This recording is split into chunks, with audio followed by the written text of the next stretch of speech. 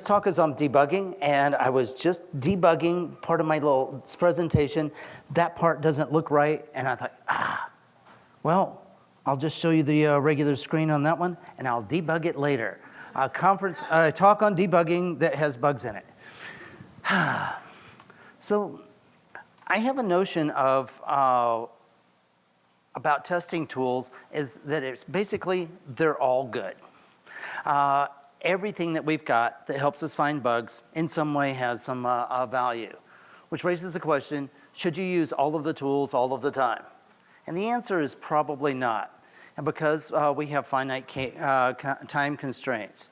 So this talk is going to be about what if you have a time budget or a time box? How much testing and debugging can you get done in, per unit of time? So I'm going to parade for you and demonstrate a number of tools that I found to be really effective with your time. Some of them are practically instantaneous, and they're so easy to use that if you don't use them, you would be a fool. And I'll show you some code that I wrote for myself, not for other people, and how it fits into my development process. And I hope my sharing that with you can improve your life a little bit, and that you might give these tools a try. If you have a favorite testing and debugging tool that is not on that list, it is either because the theme is a finite time box and I had to pick and choose some, or it's because I haven't used your favorite tool. But I've come to learn at some point that I think I know a fair amount about the Python ecosystem because I've been around a long time. That is an incorrect hypothesis. I know this much, and the Python ecosystem is this big. There's 160,000 packages on the Python package index. And every day when I go to conduct training, there's always somebody in the class that says, so are you going to cover weasel vectors? And I'm like, weasel vectors? And they're like, oh yes, it's the most important package. Our entire team is using it. There were 5 blog posts about it, and it's now the major. It sounds awesome. And then I get one question after another about, are you going to cover Module X that I've never heard of? And so I'll show you a few that I have heard of, things that have proven to work out real well in practice. So really, the talk is really all about the time box. If we have a finite amount of time, in practice, we run out of time, and we have to move on to the next project. So if you view it in that light, the question doesn't become which tools are good. The question is which has the highest payoff for the amount of time that you've invested. For the last couple of years, I've been seeing talks on threat modeling. Threat modeling is mostly about security, and you try and tailor your security to what kind of problems do you actually have, what parts of our data are valuable, what is it that other people want to do to us, how would they go about doing it, and then how can I stop them from doing that? So threat modeling is a really interesting concept that says there's a million security steps that you can take, but there's sometimes only a handful of them that really matter, and threat modeling focuses on that. So the threat model for us is what is the right answer for you really depends on a number of factors. You essentially, when you're testing and developing, have to conduct your own threat model and say, what is your error tolerance? That greatly affects your choice of tooling and how you use it. So if you're designing some software that is landing an airplane in 0-0 instrument conditions, and the plane is landing all by itself, you might want to test it a little bit more extensively than your average, I'm just updating a comment on a blog post. They have quite different consequences. One of them is, oh shoot, the comment didn't appear in the correct order, and the other one is, we lost United 347 Heavy. So the threat model has to do with what is your risk tolerance. And then a question that I think is not asked often enough is what kind of errors are typical for your application? So I go to talks about static typing where the people giving the talks are almost always folks who have gotten a lot of benefit out of static typing, and I'm very excited about it. And then later I ask myself, do I have the kind of problems that static typing solves?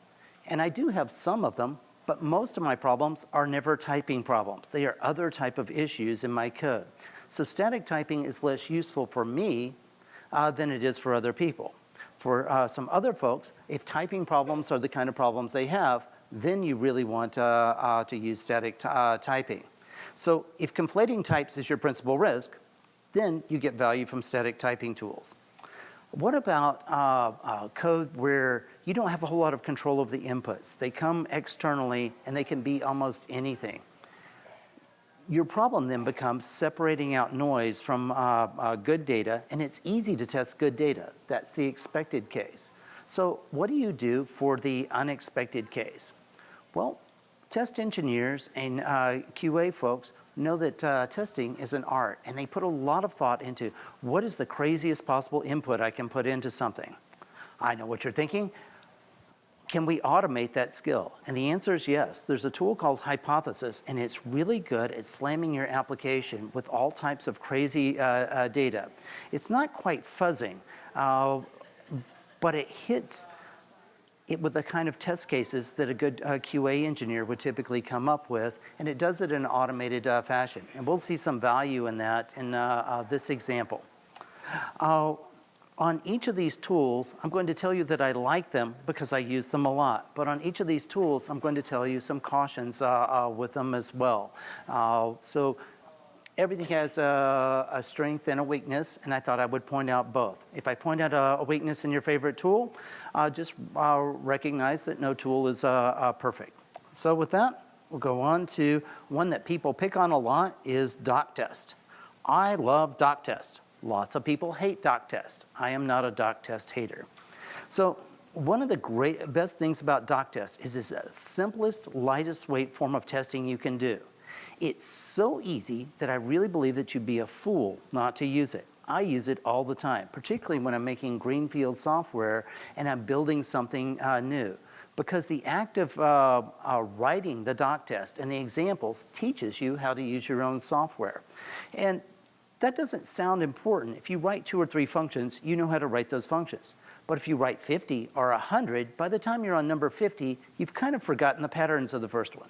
After all, how experienced are you with software that you just wrote? Well, something I wrote yesterday, I probably used exactly once in my life. So am I expert even on my own software? Probably not. At some point, we have a buffer overflow. So for me, using PyTest gives me good incentive to put in high-quality examples in my doc strings, and it teaches me about my own software. So the procedure is very simple. When you write something, just run run the code at the interactive prompt. So this is trying out a quadratic function, getting its roots, looking at the roots, and validating the 2 roots. That's something that only takes a few seconds to write after you've done the quadratic equation. What you then do is cut and paste it and put it inside your doc string. So here's the quadratic equation code. Okay. And there's the doc test on it. Putting this test in typically takes me about 10 seconds to type the test, another 3 or 4 seconds to cut and paste it, and another 3 or 4 seconds. I can do all of this type of testing in under a minute. Do you think that is helpful? And the side benefit is putting the examples in your doc string speeds your overall development process, and a tool like Sphinx can be leveraged to make high-quality looking documentation like this. So here's some code that I wrote for myself. I was studying stochastic gradient descent for machine learning, and I found a need to compute gradients going downhill of complex surfaces and functions. And a tool for that I think is just incredibly interesting tool is called auto differentiation. If you've never heard of it, it's worth checking out at some point. It seems like it's a miracle that it could even work at all. It's the idea that you write a regular function, and then without doing anything special to it, not only can you evaluate the function, you can compute its derivative at the same time. And more important, in a multidimensional function, you can compute a gradient downhill, and it can help you optimize the function. So I built one of these, and I started out with a dual number class. I subclassed float to make a number that tracked both a value and its derivative at the same time.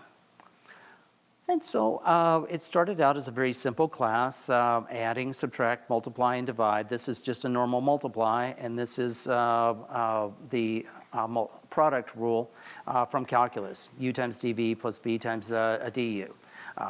You might be impressed that I remember that, but in fact, I looked it up. Okay. I took a table of derivatives and literally typed it into the code, which raises the question, how do I use my own software? Just because I wrote it doesn't mean that I'm an expert on it. You should be your own first user and dogfooding. So I did use it, and I put in some examples for myself. Here's how I make a function of one argument. Here's how I make a variable at point 1.5. Here's how I evaluate the function at 1.5. And here's how I compute the derivative of it at the same time without having to know how to do the derivative of this. The software does it for me, which I think is pretty cool. And then I have some more extensive examples, how to take a two-argument function, evaluate it at a point, get its partial derivatives, and compute its gradient downhill. And gradient's what I really came after, so I could do stochastic gradient descent. Keep in mind, all of my calculus is really rusty. I just looked this stuff up, and I had to run the examples, and often I would do things like, how do I know this answer is right? Well, I went and cross-checked it with Wolfram Alpha to make sure that I got the same answer as the experts on the subject. So this docstring becomes a lesson for me in how to use my own software. This is not published software. This is just something I made for myself, which raises the question, how much effort does it take to do this? I exercised my own code, and I cut and pasted it. It took seconds. This became important for me as I started to make more advanced functions. Computing a partial derivative, there's a lot of code here on one line. It's easier to just show how to use it, and the example communicates more than this line here as well. Likewise for the gradient and a directional derivative. And then I put in some links of where did I go to research this and where can I cross-check it with. And then those of you who remember your vector calculus, this computes a divergence and curl. And each of those I linked into some authoritative source that got exactly the same answer. So this becomes what I call persuasive programming. Persuasive programming is where when you read the code, it convinces you that it's correct. You're like, could this possibly be correct? Well, it happens to match several other published examples exactly. Here's how you use it. And then when you look at the definition of a divergence, it looks almost exactly like this. And so there's a lot of reasons to believe that the code is correct. Keep in mind, I could have made this code shorter without any doc strings, and it would have all still worked. But I would have been helpless to use my own tool. Is it fair to say that putting examples in your documentation can just speed your development process, teach you about your own tool, help you validate correctness as you go along, and it's almost free? It takes nearly zero time to do? Fair enough. So there are people out there who hate doc test. I am not one of them. So I hope you like that one. All right, next one up is Py.test. So the caveat for doc test is it's really good for testing documentation. It's not good for thorough test of tools, and that's more for tools like PyTest and unit test. How many of you have used Py.test? How many of you have used Python's unit test module? How many of you like Py.test better? Okay. Well, it sounds like I'm preaching to the choir, and so I'll be brief on this. Here's the essential point. Is in contrast to the standard library unit test module, Py.test allows you to do the same work with much, much less typing. For me, it feels like nearly zero overhead for unit test. So here is, this is me testing a module, algebra.py, and here are the tests for it. Almost as quickly as I could type a single example, I could type these tests. I built this set of tests in probably 3 or 4 minutes, start to finish. Maybe 5 if I had a typo in there. So in terms of time budget, it actually took less time to write the test than it took to think about, do I want to go write tests for this module? So it fits in with our theme of nearly zero overhead. And so it took little time to write, which raises the question, what if we had used the Python unit test module? Well, here's the same thing with unit test. All of a sudden, we've lost regular assertions, and we have to put self-assert true with self-assert raises with self-assert equal. We've lost the equal operator here, and we've had to put the whole thing in a class with a test case.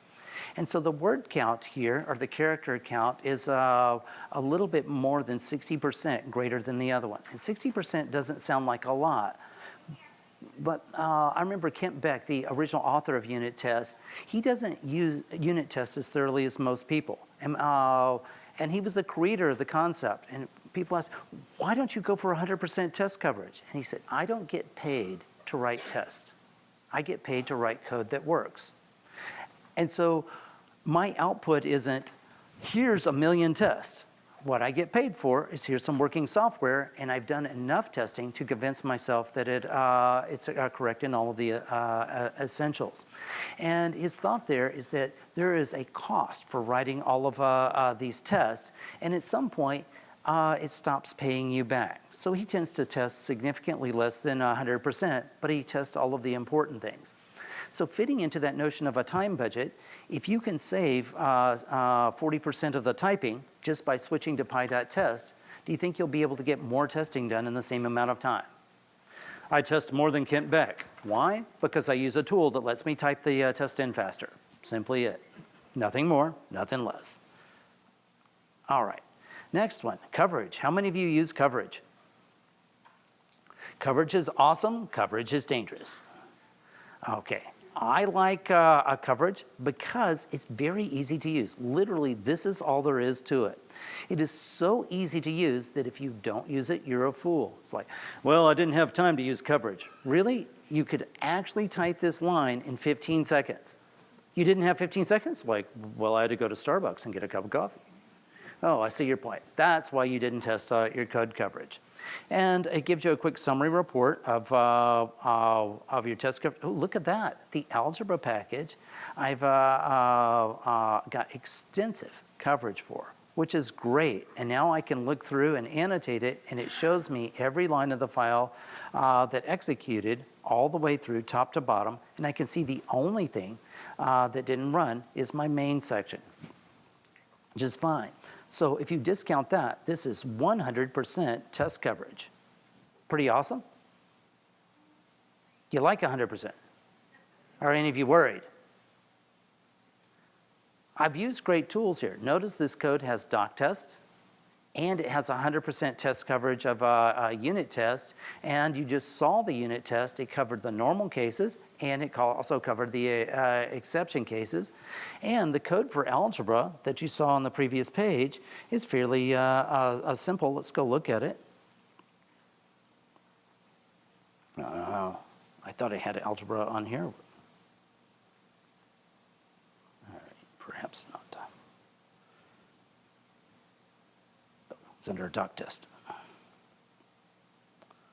So something that computes the quadratic equation, easy enough. It's got a discriminant, computes positive root, negative root, matches the Wikipedia article on quadratic equation and multiple other sources. And so algebra inside it has very simple code. The area of a triangle, base times height divided by 2, and it's pretty easy to look at it and see that it's correct.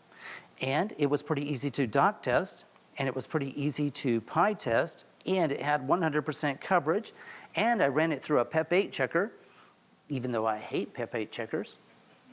I ran it through a PEP8 checker, and it came out and said it was style guide compliant. How do you like it? You're not worried. You are worried. I'm not sure where you stand on the subject. Oh, Dev. Here, let me see if we can just bring up algebra real quick. Oh, and it's got type annotations. It's been through a type checker as well. We've checked types. We've got doc test. We've got authoritative references. It's not like just anybody can write to Wikipedia. It's got good error handling. Quadratic equation matches exactly what you would expect. Doc test, unit test, style guide compliant, authoritative reference, clear, concise code that exactly matches the articles. How do you feel about this code? You should feel pretty good. On the other hand, you shouldn't take 100% test coverage to mean anything more than it tells you that a line ran. It doesn't tell you that the line was right. It turns out there's a mistake here. This uses math.square root instead of cmath.square root. So it turns out the test case that I used, the discriminant, was positive. But if you just hit it with a simple example from your kid's algebra textbook from 7th grade, if we lower the value of b so that b squared is smaller, or lower the magnitude of b, this thing produces an error, a value error. In addition, we didn't test the case where a is 0. You might think that's not quadratic, and you would be correct. On the other hand, it can be a valid linear equation and still have valid solutions, and that's not handled here. This thing is broken on so many levels, and it has numeric sensitivity problems. So this function is broken, and it passes all test cases, authoritatively referenced, and is well documented in 100% test coverage. All right. And up here, we check our inputs for negative numbers. The problem is, when a value is wrong, you should raise a value error, not a runtime error. This is the wrong kind of exception. And this is a cut and paste error where somebody cut and pasted an exception from some other point in the code. And it says, when a negative input, it says complex numbers are not supported for Kronecker product spaces. Do you think this might confuse a user who doesn't know what a Kronecker product space is? But it passes unit test. But it passes unit test, therefore it's good. Ship it, ship it, ship it. All right, and we've got pi in here, which we use to compute the area. If you didn't laugh, it means you don't know what pi is. That number is wrong. In other words, there are 3 bugs in this code. 2 of them are critical, and one of them, the wrong type of exception, is merely really inconvenient. So these are bad bugs, and so that's me just throwing out an example of don't put too much faith in 100% coverage. Put your thought into threat modeling. What can go wrong? Which raises the question, if I didn't have time to think of this, or if I didn't have a really good QA person or test engineer, how would I find these problems? Because one issue with this is you put in the static types, and the type checker says it's good. And you put in the doc test and the unit test and the coverage, and you've checked it against authoritative reference, and it matches your worldview, you become deeply convinced your code is correct, and it becomes hard to see the problem. Which raises the question, if we're on a time budget, how can we find this problem quickly? I'm not going to go straight to the answer, but I want to cover a couple other tools. Static typing is relatively new in Python. The typing module is in the standard library, and function annotations are part of the language. If you use just those, what do you get? Putting the notations in improves your code clarity. It also makes better tooltips, and it improves documentation. I left out another benefit here, is that people who think in terms of type signatures tend to write cleaner APIs. However, this is the important part. From Python's point of view, it's completely inert. You can put in entirely incorrect type annotations, and Python won't care. It doesn't use them. So how do we actually use them? There's an external number of external tools, and the principal one is MyPy. And MyPy is fairly easy to use. So part of the theme of the talk is being efficient with your time. I've been working with type checking for about 1.5 years now, actually a little bit longer, coming up on 2 years. And here's what I found. For some things that I put static type annotations in, they go in very, very quickly. You just look at the function, you're like, oh, that one takes a float in, a float out, type float in, float out, and you're done. And for that type of code, it's actually effortless and has an immediate payoff if you put in the type annotations.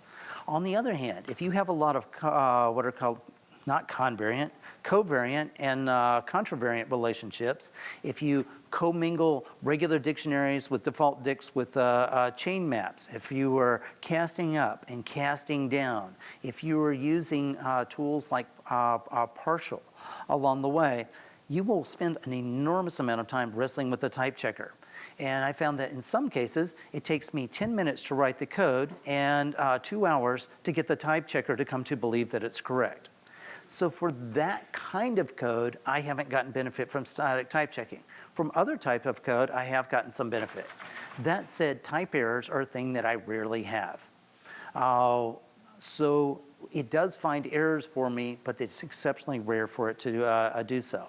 That said, there are some environments where type errors are very common and easy to find, and those are high payoff environments. So you kind of have to do a threat model. So how do you do it? You run it from the command line. And so this is some code that I wrote. This is another machine learning tool. This is k-means written from scratch with a default dict. And it has type annotations inside. It says a transpose of a matrix is an iterable of an iterable that returns an iterable of a tuple. Now, most people don't think of the input as being an iterable of an iterable. And so you're going to find that the language of the type checker doesn't necessarily match the language of your problem domain. There are ways to make it match, but then downstream, the type checker in its output ignores them. So I don't think that this is a well-solved problem yet of how to make the types sound like something that normal people use. Like if I tell you that a transpose takes a matrix and transposes it, everybody knows what it does. If I tell you it takes an iterable of an iterable and returns an iterable of a tuple, you're like, woo? And I think to a lot of people, this would actually be confusing, and so it's not a net win. On the other hand, having a float come out of a distance function is very straightforward. And in this case, assigning the data, taking a sequence of centroids, if you know what the k-means algorithm is, these words have a very precise meaning to you, and it helps you understand the code. So in some cases, it makes the code less comprehensible, in some more comprehensible. Well, this is code that it did take me as much time to put in the annotations and get them to pass the checker as it did to write the code in the first place, and it didn't find any errors. So it was not entirely a net win for writing. However, we do know that for most code, 90% of the cost is in the maintenance phase, so downstream, it may well help me out, not during the development phase. Now, I applied this tool to analyzing congressional voting patterns. It actually gives some very interesting answers. If you set k equal to 3, k equal 2, it divides Congress very quickly into Republicans and Democrats. But if you set k equal 3, you get very interesting clusters. There's a cluster of Democrats, a cluster of Republicans, and then a cluster of people who you think would not vote alike. The most Democrat of the Democrats, Elizabeth Warren, the most Republican of Republicans, Ted Cruz, vote almost exactly the same way almost all the time. And you look at that list of that cluster and say, what do these people have in common? And you realize you know all of their names. Bernie Sanders is on the list. And what do they all have in common? They're all national figures who want to run for national office. And it turns out if you're going to run for national office, you vote in very different ways so as not to offend various constituents. When your party is going to get something passed with or without your vote, they will give you permission to say, you don't have to vote for this one because downstream when you run for president, someone will hate you. We will let you out of this because we don't need your vote this time. And so it's identifiable who this cluster of people is, and I think that's a very interesting thing to get out of this analysis. One thing you'll see is that name tuple now is all uppercase. That lets me put in data types for each of the fields. So that is pretty cool. The one caution on this is, how many of you have used typing, by the way? Okay. How many of you know what gradual typing means? Gradual typing means you don't have to type everything. Where you put type annotations and it can figure them out, it uses them. Otherwise, it ignores something, which is kind of a problem because I ran MyPy, Congress, and k-means, and it turned out I made a mistake in this function partial, a typing mistake. Interestingly, it didn't find it, which raises the question, why? And the answer is, MyPy can't handle the original partial function that's actually in the functools module. So it forces you to write your own. And this one right here, what MyPy does is it says, I can't figure out the relationship between the inputs and outputs, so I'm going to decide it takes anything in and anything out. So it silently ignores a class of type errors. So it says, all systems are go for the ones I checked. I'm not going to tell you which ones I checked. By the way, if you're on the top of a Falcon Heavy, is that what you want to hear just before you launch? Everything we decided to look at looks good. We haven't looked at everything, and we're not going to tell you what it is. The engines, oh, should have looked at those. Okay, so this tool has some strengths and weaknesses. Sometimes it's efficient with your time, sometimes it's not. If you have typing problems, it's something you really want to do. It improves documentation, and it silently ignores some parts of your code, and it's hard to tell what that is. Time? Okay. I'm going to skip that because I have a couple other things I want to say. Without Q&A, how much have I got? 10 minutes? Okay, good. All right, Pipeflakes. I love this one because it takes 5 seconds to run. Not actually 5 seconds to run. It takes me 5 seconds to type the line.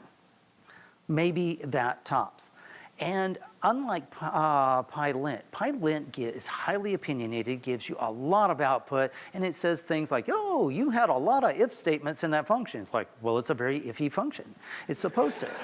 And it's very opinionated about your code. And at the end, it rates you. You may be a Python core developer. You may teach Python. You may have done this for a long time. You may have written parts of the style guide, but I give your code a quality rating of 4.6. And I mutter some expletives at the tool.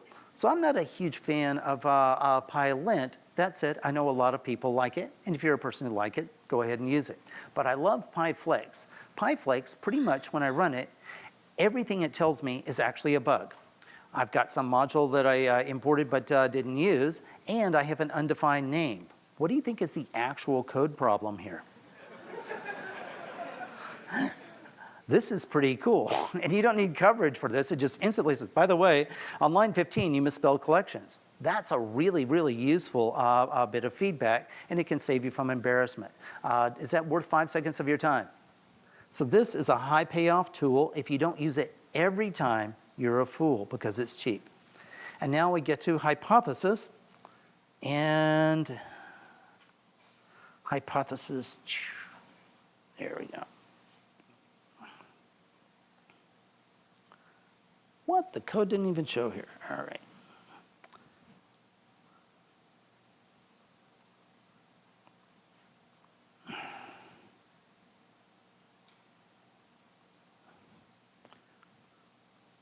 All right. So using hypothesis, I'm going to test the quadratic equation. I import it from algebra. What I tell it is the A, B, and C will be floats from this range to this range. And because I don't want to test subnormal numbers and whatnot, I'm going to tell it I don't want numbers below 0.001, so I'm not testing for round-off errors or whatnot, or numeric precision here.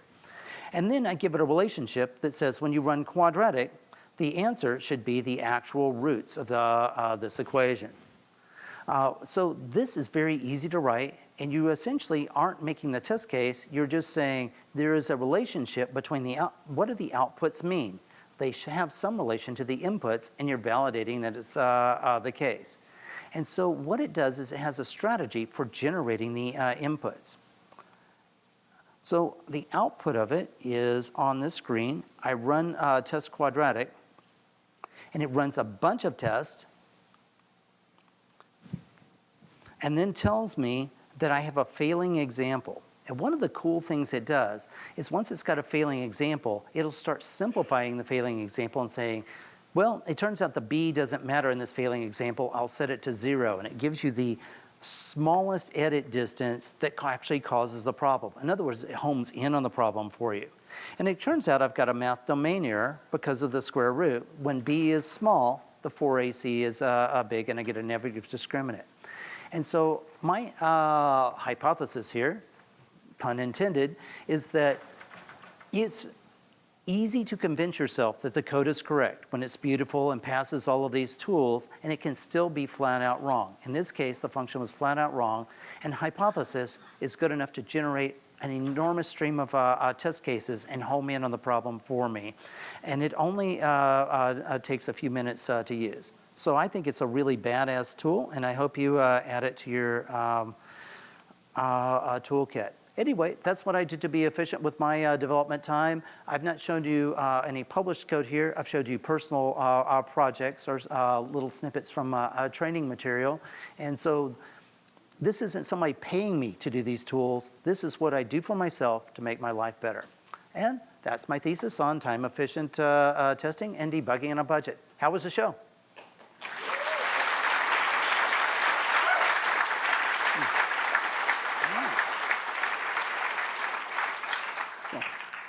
Did I use up all my question time? 2 minutes. All right. Question me. I think one of the common challenges with doing testing is like you change your code, you have to go through and update before you test. Have you run into that problem? You probably have run into that problem. Oh, sorry. He said, when you get a lot of tests, it is possible that it ossifies your code and solidifies it to where when you have to change the requirements, you have to change a huge number of tests. He said, is that a problem in practice? What do you all say? Yes, it's a problem in practice. One solution to it is that unit tests, if you actually consider the notion of a unit, which is the smallest possible testable thing, and testable in isolation, and units are meant to be tested in isolation. In theory, if you test one part of your code, it's only going to damage a few units. So it tends to damage integration tests. So if you damage a lot of stuff with changing requirements, it says that you haven't really factored your code correctly to begin with, or haven't factored your test out to a unit test level. It's also a consequence of people who have these goals for 100% test coverage, and they find that you feel good about the 100%, but now you have this giant weight that you're carrying with you all the time, and that weight just weighs on you over and over again. And so it's quite common for teams to do no testing at all until they have a critical bug that is embarrassing, then decide to have 100% testing. They go 2 months and get to 100%. Everybody's happy, and then after a while, nobody wants to work on that project anymore because it's too difficult to change. So what Kent Beck would say is test the things that matter.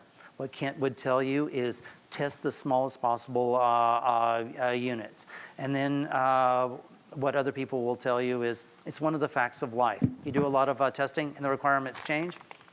Of course they become out of sync. Some of it is inevitable. But yes, in fact, it is a real problem. I concur.